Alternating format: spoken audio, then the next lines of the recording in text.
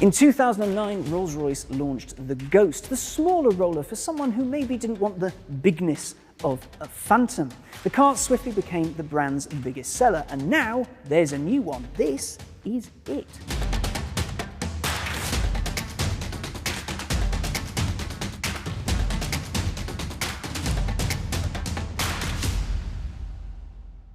Now, on the outside, it's a little bit longer and a little bit wider than the car that it replaces. However, some clever design trickery means your eye is drawn in at the front and it hides its size. Also, there are a couple of firsts right in front of you. For the first time, the grille is illuminated, but so it's not too blingy. The front struts of the grille, they're all chrome, but behind is matte, so it's not too in your face. Also, this is the first time the Spirit of Ecstasy sits out on her own in the bodywork itself. She's not separated away on a different plinth. It's all very, very clever and very, very smart.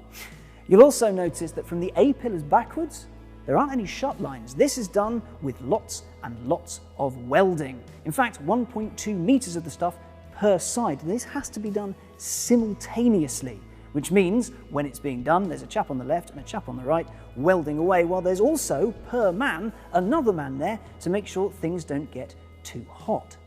If you take a look at the rear, you'll see the bodywork is kind of scooped in, again hiding the car's dimensions and giving it a really, really fancy Rolls-Royce look. It is a stunning car to look at. It's not too ostentatious, but it's still very much a Rolls-Royce.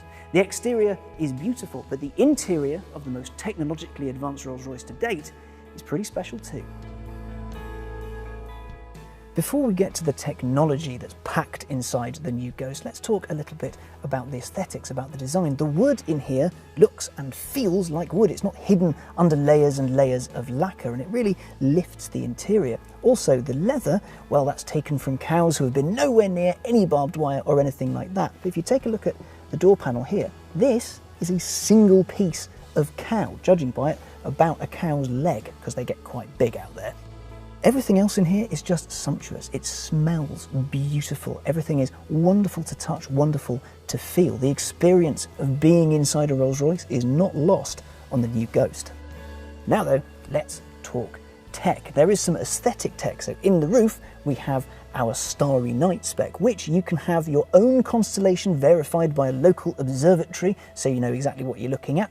You know, if you want the old feel of home wherever you go. Alternatively, you can have pretty much anything you want designed into the roof.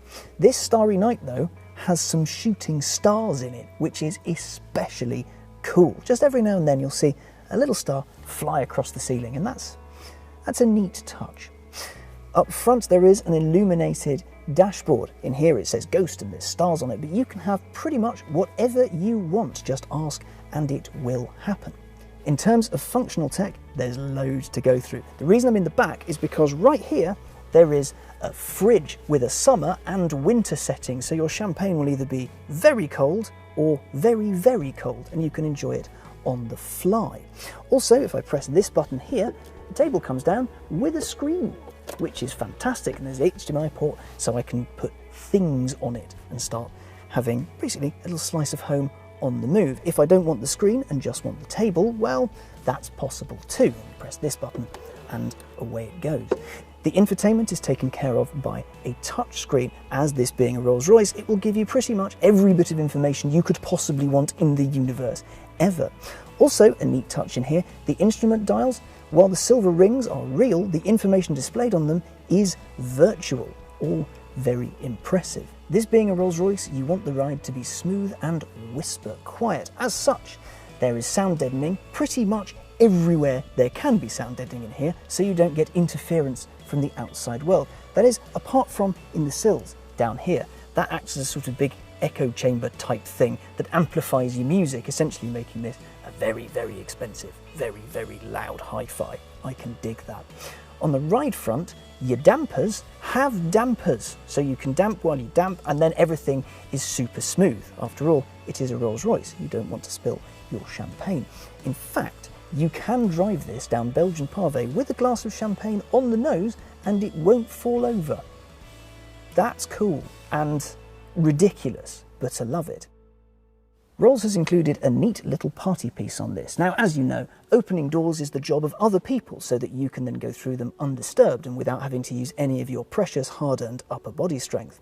Rolls-Royce agrees, however, there can't be someone standing outside of the car every time you wish to disembark. As such, now what you need to do is when you pull the door handle, you just keep it held and the door will open itself on its motors.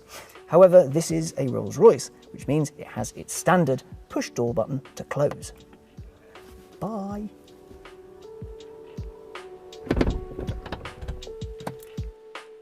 The new Rolls-Royce Ghost then. The exterior is a sight to behold. It is beautiful and, well, just look at it, I love it. The interior is full of some delicious technology. I especially like the shooting stars in the roof. But what about what's under the hood? Well, under there is Rolls-Royce's 6.75 litre twin turbocharged V12, kicking out 563 brake horsepower and 627 pound-foot. Good, Rolls-Royce says, for 0 to 62 in less than 5 seconds and on to a limited top speed of 155 miles an hour. If you want one, prices start north of £200,000 and first deliveries are pegged for the end of this year. As for what it's like to drive, you'll find out here pretty soon.